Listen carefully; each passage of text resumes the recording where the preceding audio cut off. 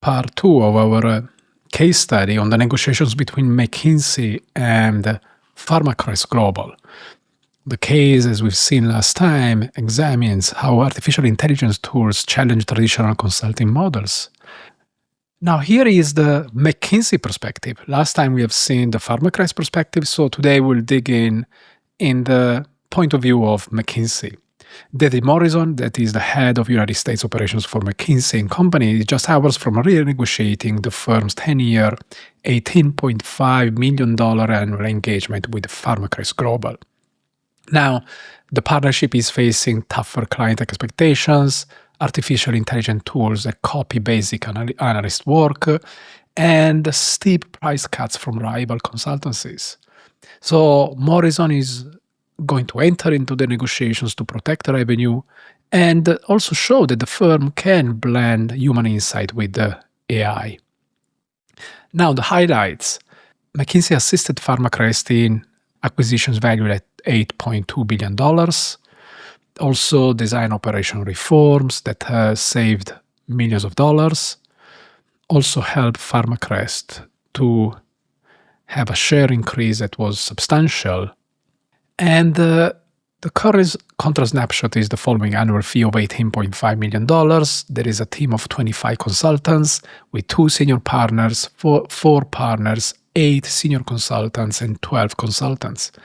Core work is strategy, mergers acquisition, operational excellence, digital transformation, and we also have success measures. Now, there are some trouble spots. Only 42% of McKinsey recommendations are fully put in place, far below industry average. Junior consultants handle most of the work, and senior partners only appear at the start and end of projects. And there has not been a lot of knowledge transfer sessions between McKinsey and the company.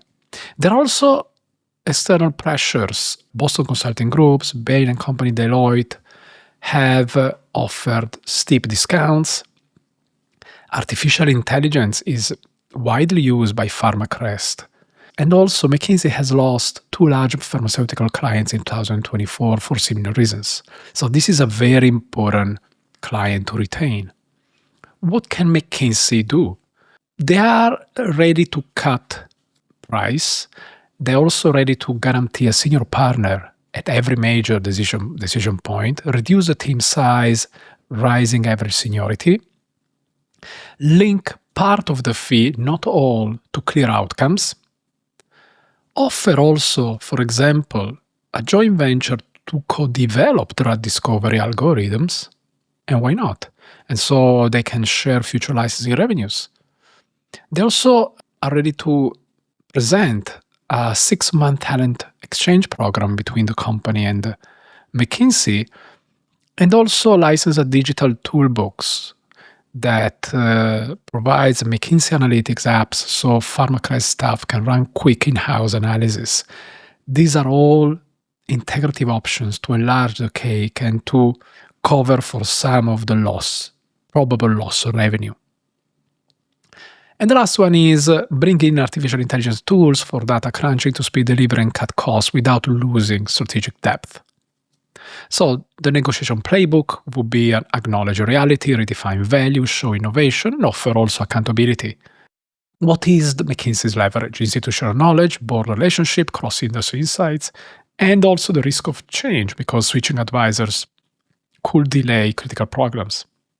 And there are also some broader industry implications. The PharmaCrest result will become a benchmark for Fortune 500 companies reviewing advisor spend in the artificial intelligence era. And this is a very, very important because a win would validate McKinsey's human plus machine model. So we are in Cassidy now, and this is our workflow, the strategic B2B sales McKinsey case. So I gave a very simple user prompt. Please analyze the attached document. And I provided the PharmaCrest McKinsey contract renegotiation from McKinsey's perspective. What we saw earlier was just a summary. Now they have the full case. The full case was provided to Cassidy. And they also provided Sarah Chan's LinkedIn profile. Sarah Chan, as you remember, is the Chief Procurement Officer for PharmaCrest.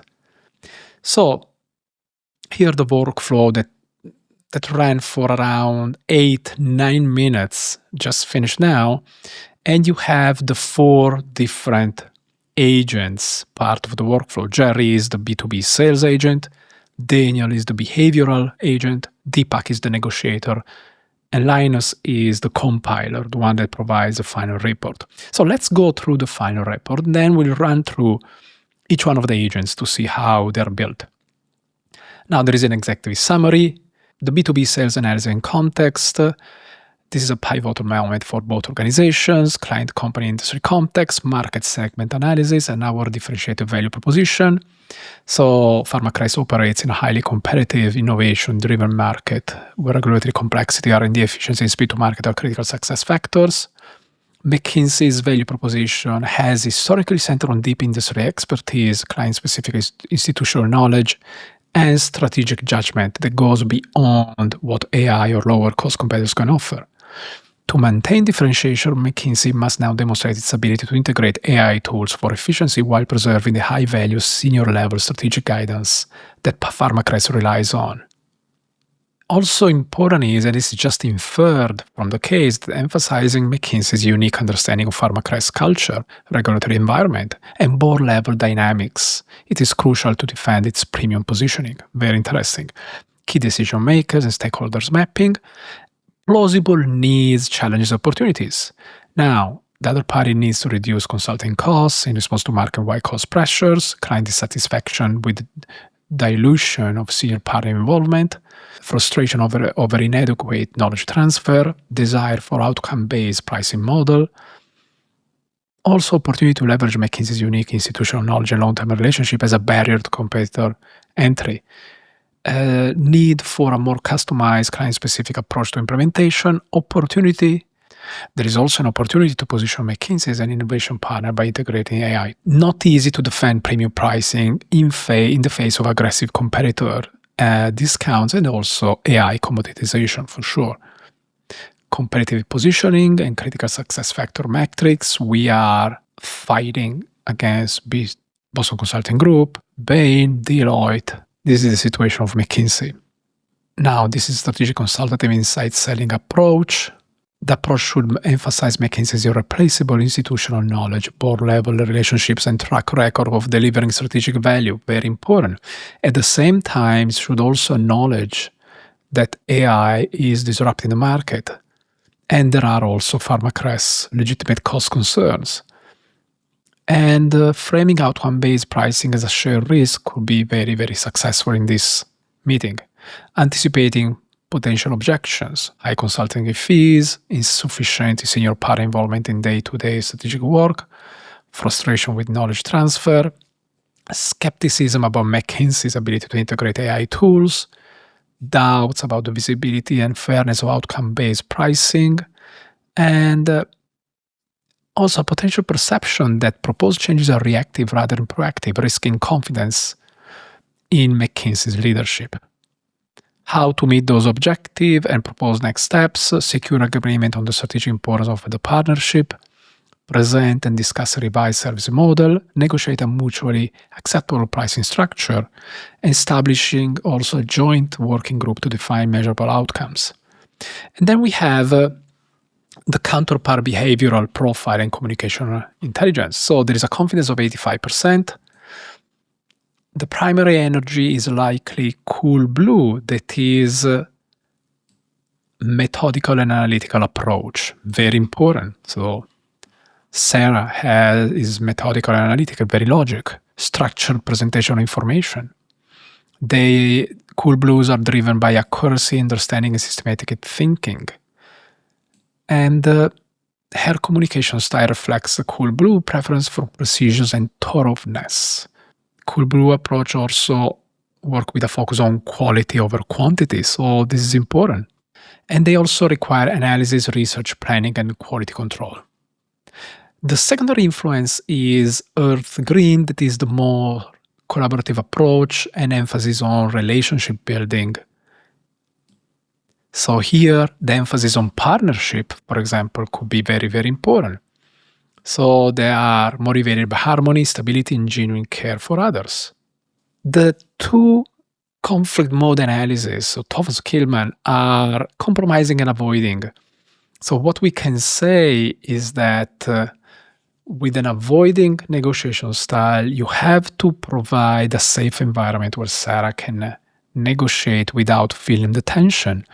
At the same time, she will strive for a fair solution, even if a bit fast. So moving her towards a more collaborative option could be not so easy, because usually compromising individuals tend to strive for a fair but quick solution.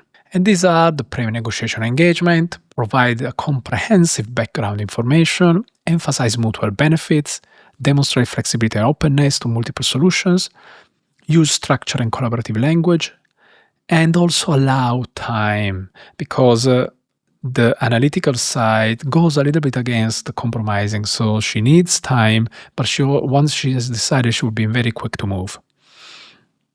And also maintain a professional, respectful tone, relationship assessment, and this is a strategic negotiation framework we have.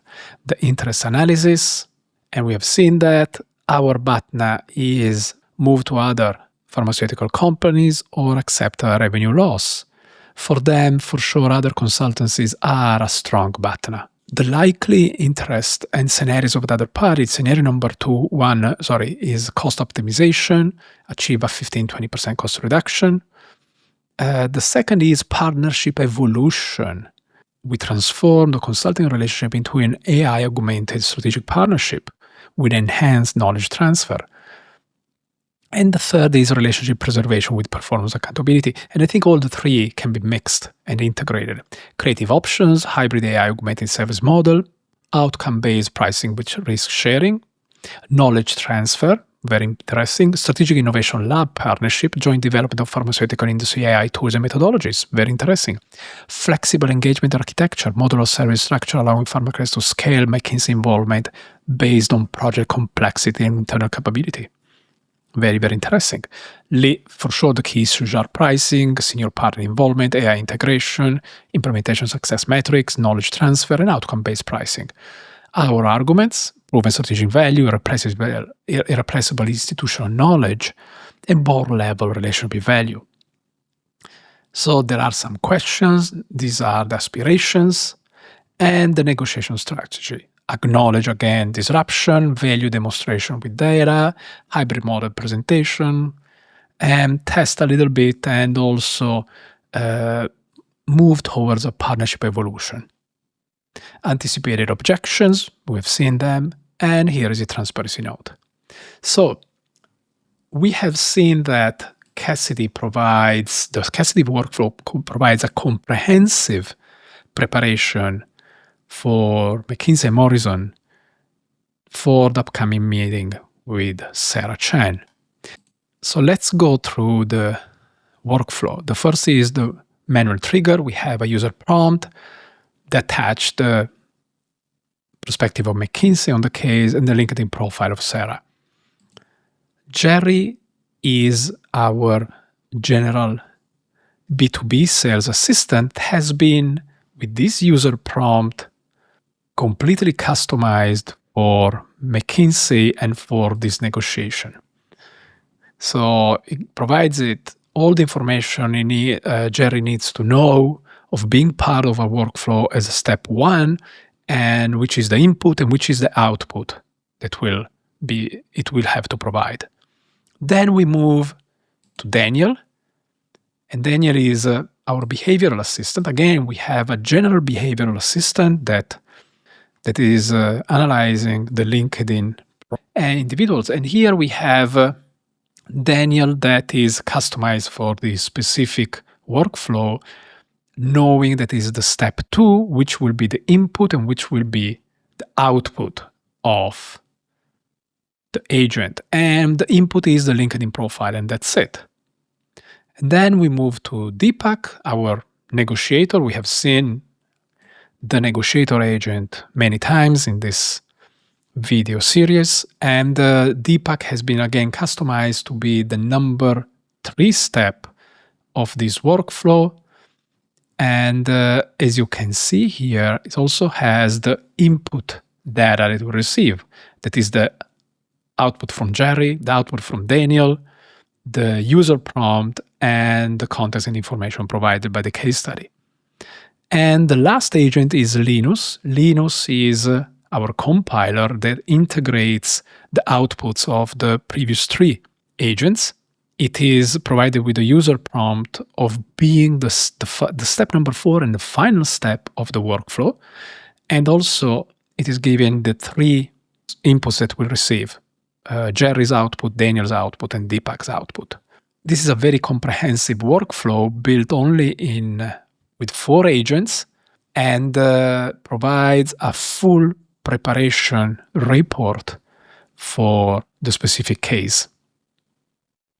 Thank you.